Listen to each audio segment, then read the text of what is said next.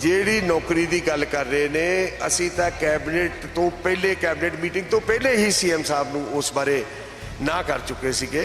ਇਹ ਗੱਲਾਂ ਕਰਨੀਆਂ ਪੋਲੀਟੀਕਲ ਲੋਕਾਂ ਦਾ ਹੱਕ ਬਣਦਾ, ਕਰਦੇ ਨੇ, ਕੋਈ ਗੱਲ ਨਹੀਂ।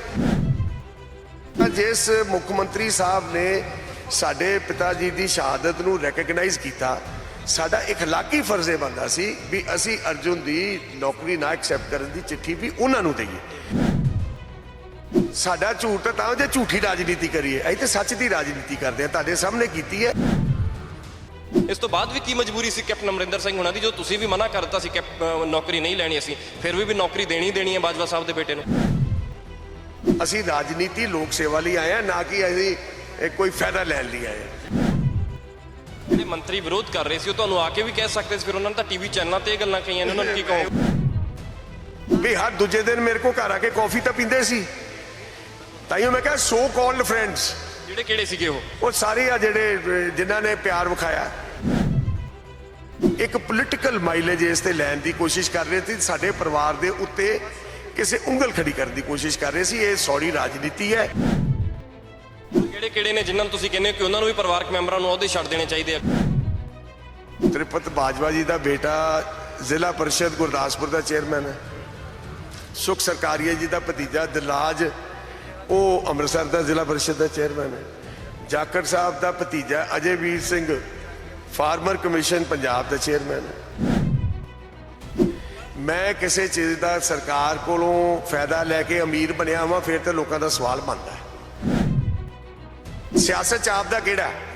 ਮੈਂ ਕਿਹਾ ਵੀ ਜਿਹੜਾ ਅੱਜ ਦਾ ਦੁਸ਼ਮਣ ਕੱਲ ਦਾ ਸੱਜਣ ਹੋ ਸਕਦਾ ਤੁਹਾਡਾ। ਫਤਿਹਜੰਗ ਸਿੰਘ ਬਾਜਵਾ ਦੇ ਬੇਟੇ ਨੂੰ ਤੇ ਰਾਕੇਸ਼ ਪਾਂਡੇ ਦੇ ਬੇਟੇ ਨੂੰ ਨੌਕਰੀ ਮਿਲੀ ਤਾਂ ਬਹੁਤ ਬਵਾਲ ਮਚਿਆ।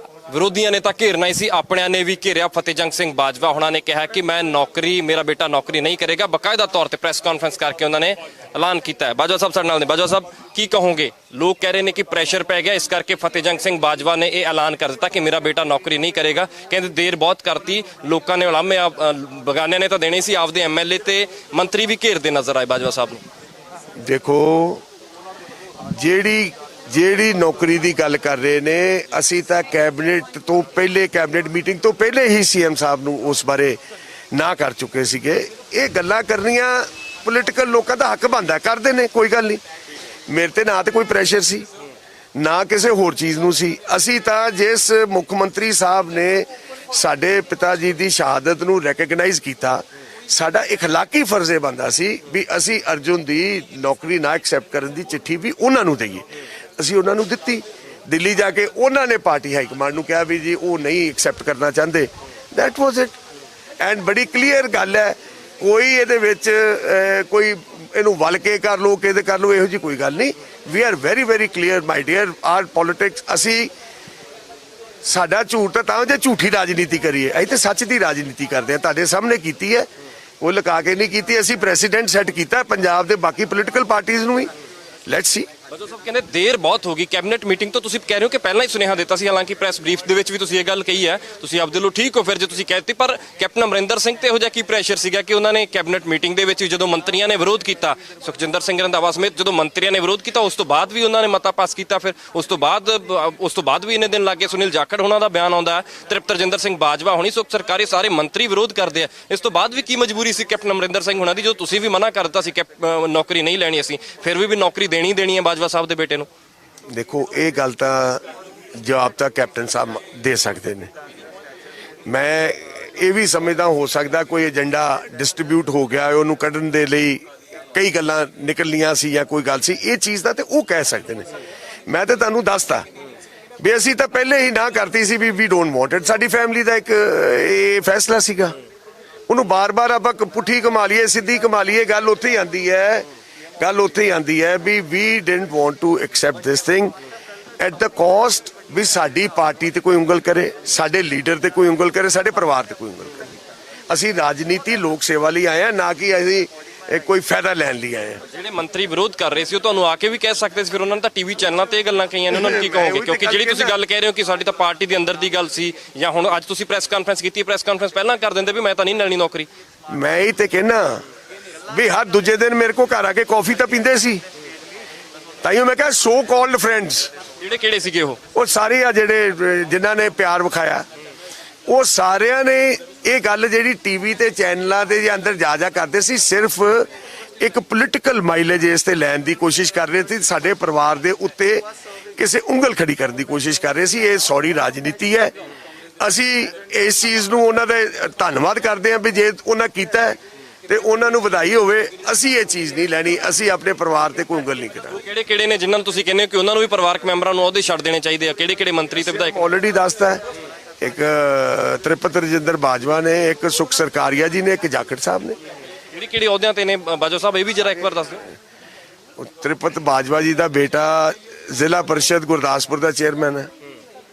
ਸੁਖ ਸਰਕਾਰੀਆ ਜੀ ਦਾ ਭਤੀਜਾ ਦਿਲਰਾਜ, ਉਹ ਅੰਮ੍ਰਿਤਸਰ ਦਾ ਜ਼ਿਲ੍ਹਾ ਪਰਿਸ਼ਦ ਦਾ ਚੇਅਰਮੈਨ ਹੈ। ਜਾਖੜ ਸਾਹਿਬ ਦਾ ਭਤੀਜਾ ਅਜੇਵੀਰ ਸਿੰਘ ਫਾਰਮਰ ਕਮਿਸ਼ਨ ਪੰਜਾਬ ਦਾ ਚੇਅਰਮੈਨ ਹੈ। ਬਾਜਵਾ ਸਾਹਿਬ ਇੱਕ ਦੋ ਸਵਾਲ ਹੋਰ ਲੈਣੇ ਮੈਂ ਤੁਹਾਡੇ ਤੋਂ। ਤੁਹਾਨੂੰ ਲੱਗਦਾ ਨਹੀਂ ਕਿ ਇੰਨਾ ਬਹੁਤ ਹੋ ਗਿਆ? ਨਹੀਂ, ਉਹ ਠੀਕ ਹੈ ਗੱਲ ਤੁਹਾਡੀ, ਪਰ ਮੈਂ ਇਹ ਚਾਹੁੰਦਾ ਕਿ ਇਸ ਤੇ ਕਲੀਅਰ ਹੋ ਜਾਵੇ, ਕਿਉਂਕਿ ਸੋਸ਼ਲ ਮੀਡੀਆ ਤੇ ਵੀ ਜੋ ਮਾਹੌਲ ਬਣਾਇਆ ਜਾ ਰਿਹਾ ਪੂਰਾ ਨੈਗੇਟਿਵ ਹੈ ਫਤਿਹਜੰਗ ਸਿੰਘ ਬਾਜਵਾ ਹੋਣਾ ਦੇ। ਕਿਉਂਕਿ ਜਿੱਦਾਂ ਤੁਸੀਂ ਕਹਿ ਰਹੇ ਹੋ ਕਿ ਸਾਡੇ ਪਰਿਵਾਰ ਨੇ ਸ਼ਹਾਦਤ ਦਿੱਤੀ, ਸਾਨੂੰ ਤਾਂ ਰੈਕਗਨਾਈਜ਼ ਕੀਤਾ ਕੈਪਟਨ ਅਮਰਿੰਦਰ ਸਿੰਘ ਹੋਣਾ ਨੇ, ਪਰ ਅੱਜ ਮਾਹੌਲ ਇਹ ਹੈ, ਲੋਕ ਇਹ ਗੱਲਾਂ ਕਰ ਰਹੇ ਨੇ ਕਿ ਕਰੋੜਾਂ ਦੀਆਂ ਕੋਠੀਆਂ, ਕਰੋੜਾਂ ਦੀਆਂ ਗੱਡੀਆਂ, ਕਰੋੜਪਤੀ ਵਿਧਾਇਕਾਂ ਦੇ ਬੇਟਿਆਂ ਨੂੰ ਨੌਕਰੀ ਦਿੱਤੀ ਤੇ ਘਰ ਘਰ ਰੋਜ਼ਗਾਰ ਦਾ ਵਾਅਦਾ ਸੀਗਾ, ਉਹ ਤਾਂ ਫਿਰ ਹਵਾ ਹੀ ਵਾਅਦਾ ਰਹਿ ਗਿਆ। ਪ੍ਰਸ਼ਾਂਤ ਕਿਸ਼ੋਰ ਨੇ ਜਿਹੜਾ ਵਾਅਦਾ ਕਰਾਇਆ ਸੀ। ਫਤਿਹਜੰਗ ਸਿੰਘ ਬਾਜਵਾ ਨੇ ਸਰਕਾਰ ਕੋ ਕੋਈ ਫਾਇਦਾ ਲਿਆ ਹੋਏ, ਮੈਂ ਆਪਣੀ ਮਿਹਨਤ ਨਾਲ ਕਮਾਈ ਕੀਤੀ, ਉਸ ਤੇ ਕਿਸੇ ਨੂੰ ਕੀ ਇਤਰਾਜ਼ ਹੋਣਾ ਚਾਹੀਦਾ? ਮੈਂ ਕਿਸੇ ਚੀਜ਼ ਦਾ ਸਰਕਾਰ ਕੋਲੋਂ ਫਾਇਦਾ ਲੈ ਕੇ ਅਮੀਰ ਬਣਿਆ ਹਾਂ, ਫਿਰ ਤੇ ਲੋਕਾਂ ਦਾ ਸਵਾਲ ਬਣਦਾ ਹੈ।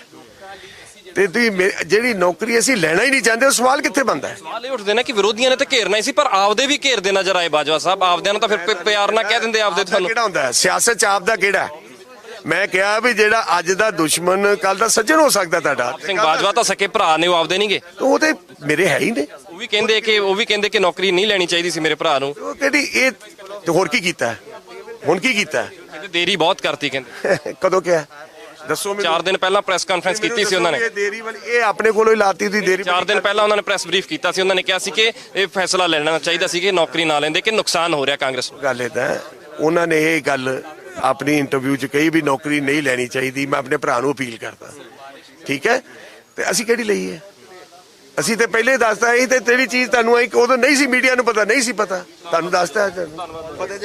ਫਤਿਹਜੰਗ ਬਾਜਵਾ ਸਾਡੇ ਨਾਲ ਮੌਜੂਦ ਸਨ। ਇਹਨਾਂ ਦੇ ਬੇਟੇ ਨੂੰ ਨੌਕਰੀ ਦਿੱਤੀ ਗਈ ਸੀ, ਅਰਜੁਨ ਬਾਜਵਾ ਹੁਣਾਂ ਨੂੰ, ਔਰ ਉਹਨਾਂ ਨੇ ਕਿਹਾ ਕਿ ਨੌਕਰੀ ਨਹੀਂ ਲੈਣਗੇ। ਪਰ ਲੰਬਾ ਸਮਾਂ ਜਦੋਂ ਵਿਰੋਧ ਹੋ ਗਿਆ ਔਰ ਇਹ ਗੱਲ ਉੱਠੀ ਕਿ ਕਰੋੜਪਤੀ ਵਿਧਾਇਕਾਂ ਦੇ ਬੇਟਿਆਂ ਨੂੰ ਨੌਕਰੀਆਂ ਦਿੱਤੀਆਂ ਗਈਆਂ, ਕੈਪਟਨ ਸਾਹਿਬ ਤੁਹਾਨੂੰ ਚਾਹੀਦਾ ਸੀ ਕਿ ਜਿਹੜੇ ਲੋਕਾਂ ਨੂੰ ਲੈ ਕੇ ਵਾਅਦੇ ਕੀਤੇ ਤੁਸੀਂ ਪੰਜਾਬ ਦੀ ਜਨਤਾ ਦੇ ਵਿੱਚ ਜਦੋਂ ਗਏ ਸੀ ਵੋਟਾਂ ਲੈਣ ਦੇ ਸਮੇਂ, ਉਦੋਂ ਕਿਹਾ ਸੀ ਘਰ ਘਰ ਰੁਜ਼ਗਾਰ ਹੋਏਗਾ, ਪਰ ਤੁਸੀਂ ਆਪਣੀ ਹੀ ਸਰਕਾਰ ਦੇ ਆਪਣੇ ਹੀ ਕਰੋੜਪਤੀ ਵਿਧਾਇਕਾਂ ਦੇ ਬੇਟਿਆਂ ਨੂੰ ਨੌਕਰੀ ਦਿੱਤੀ ਹੈ। ਤਾਂ ਸਵਾਲ ਉੱਠੇ ਔਰ ਸਵਾਲਾਂ ਤੋਂ ਘਿਰਨ ਤੋਂ ਬਾਅਦ ਹੁਣ ਫਤਿਹਜੰਗ ਸਿੰਘ ਬਾਜਵਾ ਨੇ ਪ੍ਰੈਸ ਕਾਨਫਰੰਸ ਕਰਕੇ ਗੱਲ ਕਿਹਾ ਕਿ ਉਹਨਾਂ ਦਾ ਬੇਟਾ ਨੌਕਰੀ ਜੁਆਇਨ ਨਹੀਂ ਕਰੇਗਾ। ਤੇ ਨਾਲ ਹੀ ਉਹਨਾਂ ਨੇ ਇਹ ਗੱਲ ਕਹੀ ਹੈ ਕਿ ਕੈਬਨਿਟ ਮੀਟਿੰਗ ਤੋਂ ਪਹਿਲਾਂ ਹੀ ਉਹਨਾਂ ਨੇ ਸੁਨੇਹਾ ਲਾਤਾ ਸੀ ਕੈਪਟਨ ਅਮਰਿੰਦਰ ਸਿੰਘ ਉਹਨਾਂ ਨੂੰ ਕਿ ਉਹ ਨੌਕਰੀ ਲੈਣ ਦੇ ਇੱਛੁਕ ਨਹੀਂ, ਪਰ ਉਹਨਾਂ ਨੇ ਨੌਕਰੀ ਦਿੱਤੀ। ਪਰ ਜਦੋਂ ਘਿਰੇ ਸਵਾਲਾਂ ਦੇ ਵਿੱਚ ਤਾਂ ਹੁਣ ਉਹਨਾਂ ਨੇ ਇਹ ਗੱਲ ਕਹਿ ਦਿੱਤੀ ਹੈ ਕਿ ਉਹਨਾਂ ਦਾ ਬੇਟਾ ਨੌਕਰੀ ਜੁਆਇਨ ਨਹੀਂ ਕਰ ਰਿਹਾ।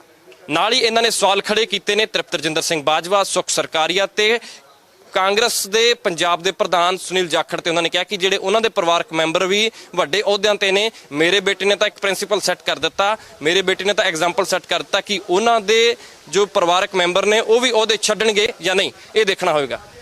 ਕੈਮਰਾਮੈਨ ਕਮਲ ਦੇ ਨਾਲ ਵਿਕਰਮ ਸਿੰਘ ਪ੍ਰੋ, ਪੰਜਾਬ ਟੀਵੀ, ਚੰਡੀਗੜ੍ਹ।